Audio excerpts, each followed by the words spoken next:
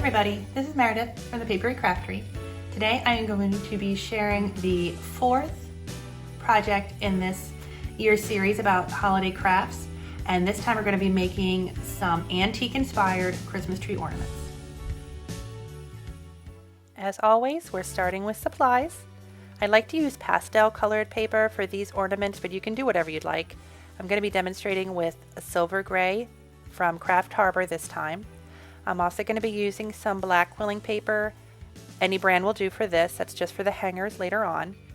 A lot of these tools are going to be optional, but if you have some of them, they'll come in handy. This long slotted tool I'm going to be using, a needle tool could help, or if you prefer a slotted tool, that's fine too. You're definitely going to need a small paintbrush. If you do have an automatic or a battery operated quilling tool, I'm going to be using mine in the demonstration. You don't have to have one, it will make it easier though. A dome mold might come in handy too. As for glue, I'm going to be using two here.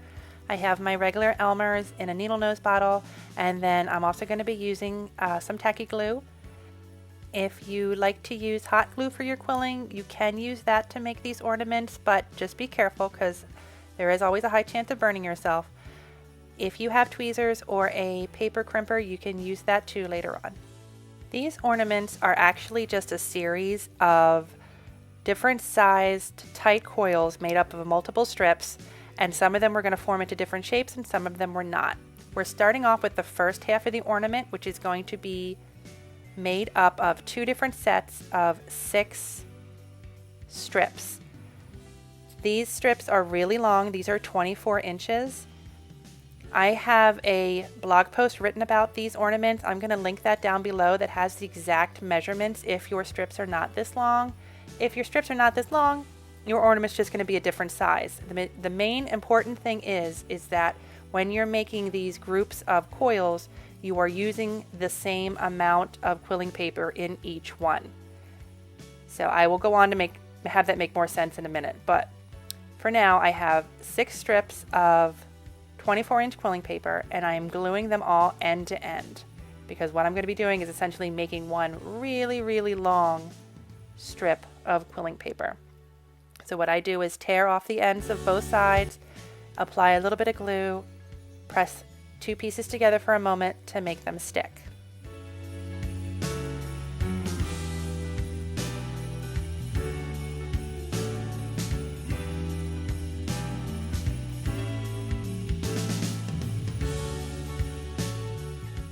Once you have all of those strips glued end to end, you're going to start rolling it up as tight as you can.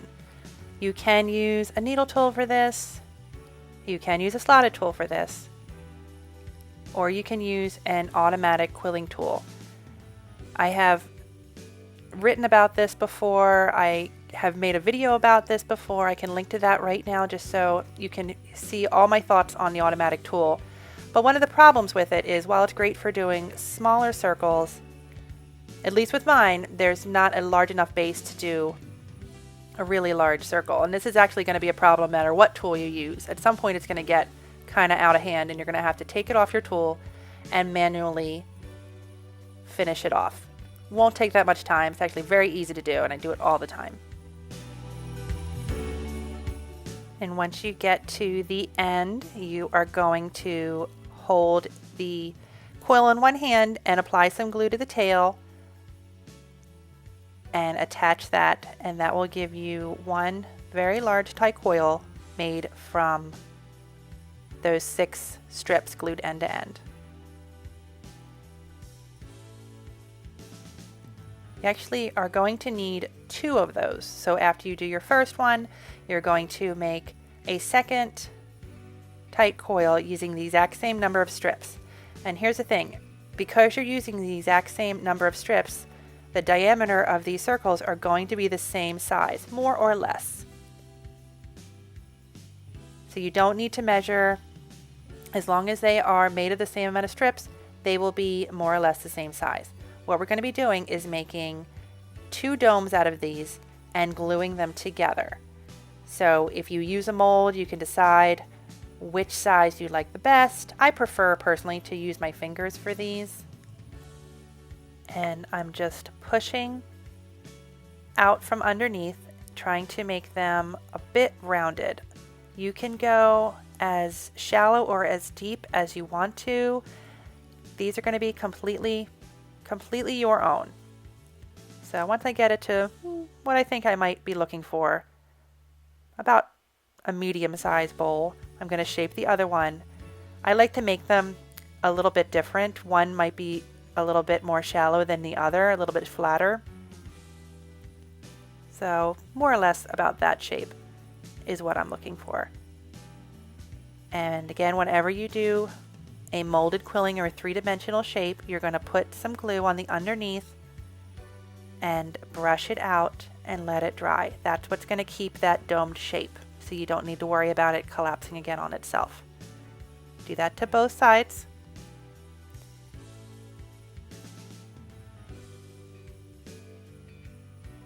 And then set them aside to dry.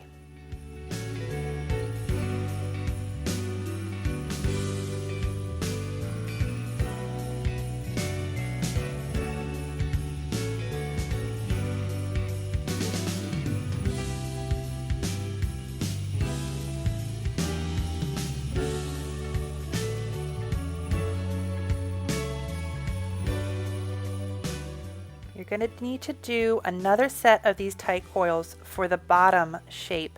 This time they're much smaller. They're only made with 3 strips of that 24-inch paper, but I made them exactly the same way. So I'm jumping ahead here to shaping them. For one side, I'm going to make a dome. Again, this time I'm using my fingers, but if I wanted to use the mold, I could definitely do that. Once I get the shape I'm looking for, I'm going to, just like before, put in some glue, brush it out, and let it dry.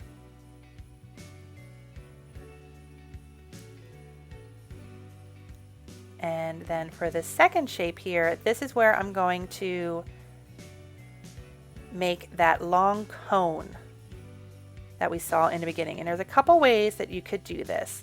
If you wanted to, you could have made the entire thing on a slotted tool. And I have a video about how to make cones, which I will link right now on the screen. You can do it that way. You don't have to make the disc first.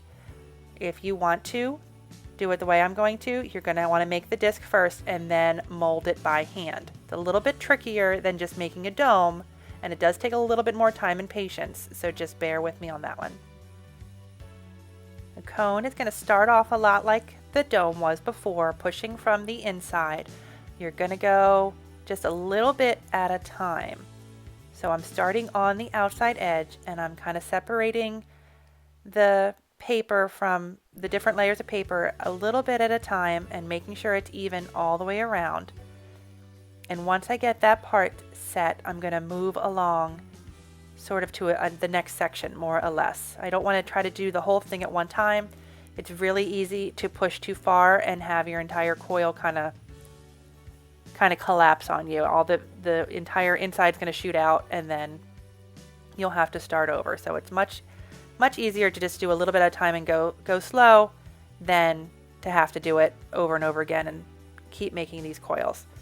So once I get a little bit of it done, I can move on to the next part. If you want to, you can use tweezers to push from the inside, especially once it gets to the very center there. My fingers won't fit. You know, nobody's fingers are really kind of that pointy shape. So the tweezers come in handy just to kind of push the very center out just a little bit.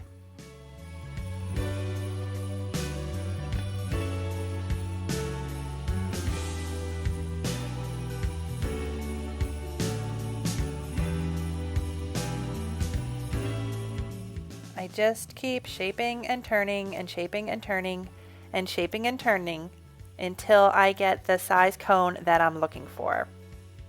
And you're going to notice this one is definitely smaller than the other cone that I showed because, one, I don't want to take up too much time with this part of the video. I think you get the picture here, but also because the other cone was made on a long slotted tool.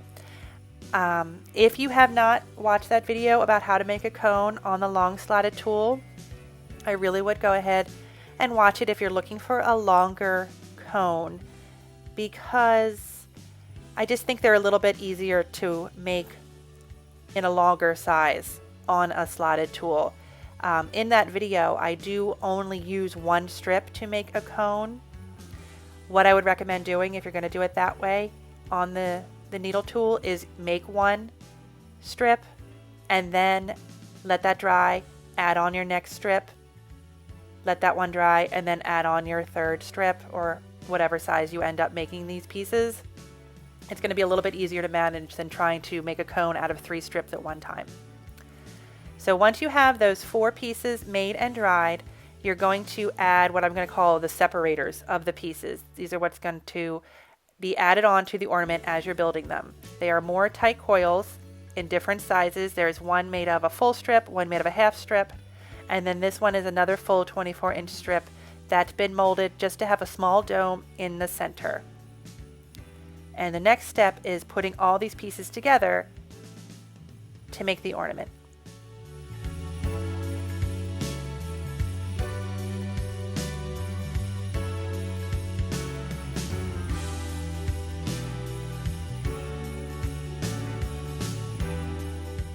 This is the time that we're going to start putting the ornament together. So first we're going to do is put our domed shapes together to make those 3-dimensional pieces. So the big one that I made first is going together just like that. And this is where, if you wanted to use white glue, you're welcome to. Bear in mind it will take longer to dry.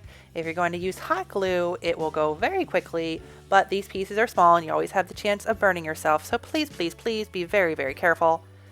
I don't like burning myself, so I'm going to be using tacky glue, which works pretty quickly and very nicely for these domed shapes. So I'm going to add a bit of glue to the edge and then place the other half right on top. And because those 2 pieces were made with the same number of strips that were the same length, they fit pretty much exactly together. And I like to brush away any excess glue that comes out from that seam. I just think it looks a little bit nicer. And we're actually going to cover that seam later. So if that bothers you, do not worry about it, because we are going to take care of that later on. And same way, we're going to glue the bottom 2 pieces together to make this, I don't know, teardroppy sort of shape.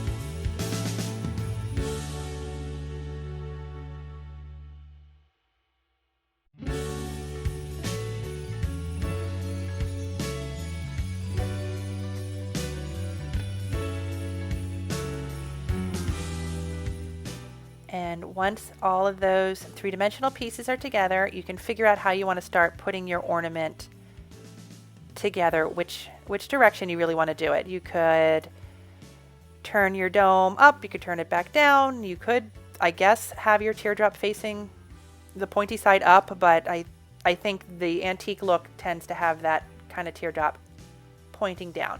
So once you've decided how you want your pieces to go together, you're going to start by adding the 2 separators that aren't molded between the 2 3D shapes, if you're following me. So I have my first dome, that's going to be the top, and then I decided I want to do the larger of the 2 discs next. I could have gone either way. And then I'm going to do the smaller disc. You want to make sure they're in the center as much as possible. And then I'm going to add my little teardrop there. Now, drying these can be tricky because if you put them down, they could start leaning over and you might lose some of your shape. You might have to hold it for a few minutes. If you can set up some sort of situation where they won't topple over, that can help too. The good news is that tacky glue dries pretty quickly if you just use a little bit. So once I have all of that done, I'm going to add that top piece with that little dome on there. It's not necessary. You know, you can always add as much pieces to these as you want to. You can not add some of these if you like. You can add more than just the two 3D shapes. But this is just a demonstration. You can take this any direction you want. I like to add that little topper there just to kind of give it a more finished look on the top. And because this is an ornament, you're going to have a way to hang it. So this is how I make all of my hangers for ornaments. I take a strip of black quilling paper, it's probably about 8 inches or so, and I roll it on my needle tool from end to end, and then keeping it on my tool, I pull the tail almost all the way off, leaving a couple of coils on the end. And then holding it about a 1/2 inch circle with that bit of coil left in the middle, I roll it back up onto itself. So now it's a really thick circle with a little bit of a quilled look on the inside. Add a little bit of glue and seal that up.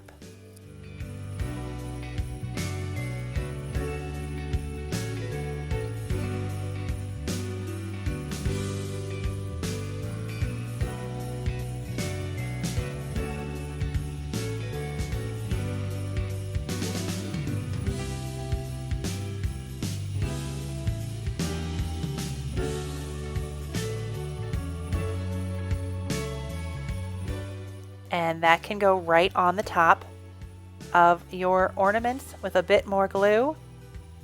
Put a little string through that and you're ready to go.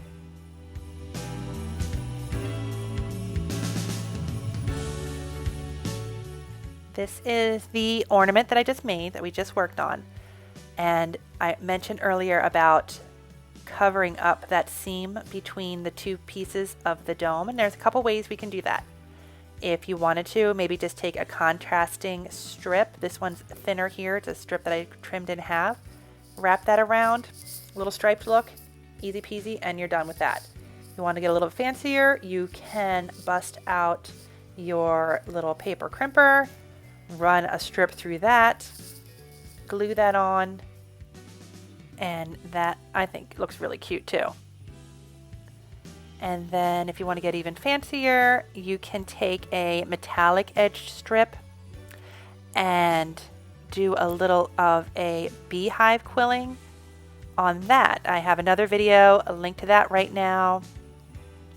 But just a quick refresher here, if you've already learned this but can't remember what I'm talking about, it's when you use a slotted tool and you give a couple twists, take out your tool, move it down your strip, give a few twists, take out your tool, move it down the strip, and keep going and going.